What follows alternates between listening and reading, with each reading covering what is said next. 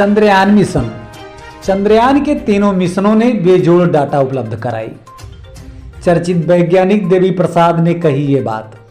Manchester विश्वविद्यालय में faculty member रह चुके प्रख्यात वैज्ञानिक देवी प्रसाद दुआरी ने कहा कि चंद्रयान 3 मिशन ने अपनी सॉफ्ट लैंडिंग के कुछ ही दिनों के भीतर चंद्रमा के दक्षिणी ध्रुव के पास सल्फर की मौजूदगी जुड़े डाटा दिए। उन्होंने कहा कि यह डाटा अन्य खनिजों और तत्वों के बारे में कई संभावनाओं को इंगित करता है जो चंद्रमा पर अब अज्ञात है। नमस्कार, आप देख रहे हैं आर्य प्रयास। मैं हूं धर्मेंद्र शुक्ला। भारत के चंद्रयान मिशन के अंतर्राष्ट्रीय वैज्ञानिक समुदाय के लिए अब तक बेजोड़ डाटा उपलब्ध कराया है, जिससे भविष्य में मानव बस्ती स्थापित करने की संभावना सहित विभिन्न आयामों से चंद्रमा की खोज का मार्ग प्रशस्त हुआ है। यह दावा किया है प्रख्यात वैज्ञानिक देवी प्रसाद दुआरी ने कहा कि इसरो के 3 चंद्रयान मिशनों ने चंद्रमा पर पानी या बर्फ की उपस्थिति, वहां मिले अज्ञात खनिजों, तत्वों और तापमान में बदलाव पर भी अधिक प्रकाश डाला है। उन्होंने कहा, सभी चंद्रयान मिशनों ने न केवल भारत के लिए बल्कि पूरी दुनिया के लिए बेजोड़ डाटा उपलब्ध कराया है। चंद्रयान 1 ने 2008 में चंद्रमा खनिज मैपर, नासा और इसरो के बीच सहयोगी उपकरण का उपयोग किया था और पहली बार ध्रुवीय क्षेत्र के पास 60,000 करोड़ लीटर पानी की बर्फ की उपस्थिति के बारे में बताया था। उन्होंने अपने कोलकाता कार्यालय में बातचीत के दौरान पीटीआई से बातचीत में उन्होंने कहा, इस सूचना के आधार पर रॉकेट ईंधन और सिंथेटिक बायोस्फीयर बनाने सहित अन्य क्षेत्रों में इसके इस्तेमाल की पहचान की गई जहां मनुष्य रह सकते हैं।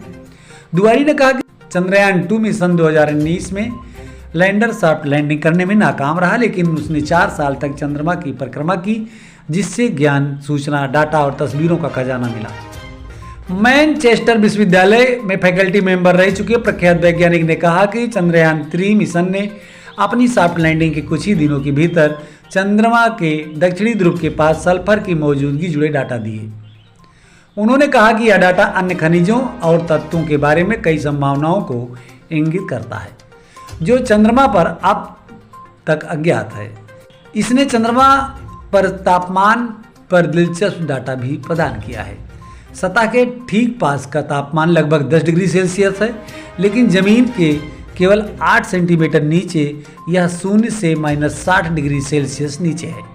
यह बड़ा परिवर्तन हमें बताता है कि सतह बाहरी तत्वों के कारण शानदार इंसुलेटर के रूप में कार्य कर सकती है। डाटा से पता चलता है कि चंद्रमा की सतह के नीचे एक मानव निवास संभव है। इस तरह की सभी सूचनाएं चंद्रयान 3 उपकरणों की महत्ता का प्रमाण है। इसरो के महत्वाकांक्षी गगनयान मिशन के बारे में उन्होंने कहा कि प्रौद्योगिकी और अत्याधुनिक बुनियादी ढांचे में भारत की क्षमता के लिहाज से यह पासा पलटने वाला साबित होगा। भारतीय अंतरिक्ष अनुसंधान संगठन इसरो के अनुसार गगनयान परियोजना में 3 दिवसीय मिशन के लिए पृथ्वी की सतह से 400 किलोमीटर ऊपर की कक्षा में 3 सदस्यों के चालक दल को लॉन्च करके और उन्हें सुरक्षित रूप से पृथ्वी पर वापस लाकर मानव अंतरिक्ष यान संबंधी क्षमता का प्रदर्शन करने की परिकल्पना की गई है। उन्होंने कहा कि यह भारतीय संदर्भ में मानव अंतरिक्ष अन्वेषण का एक और रास्ता खोलेगा। इसरो इस साल के अंत तक या 2024 की शुरुआत में गगनयान लॉन्च कर सकता है। सबसे दिलचस्प बात यह है कि ह्यूमनॉइड रोबोट पहली 2 उड़ानों में अकेले अंतरिक्ष में भेजा जाएगा। महिला जैसी दिखने वाले इस रोबोट में मानव संपर्क और प्रतिक्रिया को समझने की जबरदस्त क्षमता और संभावनाएं होंगी।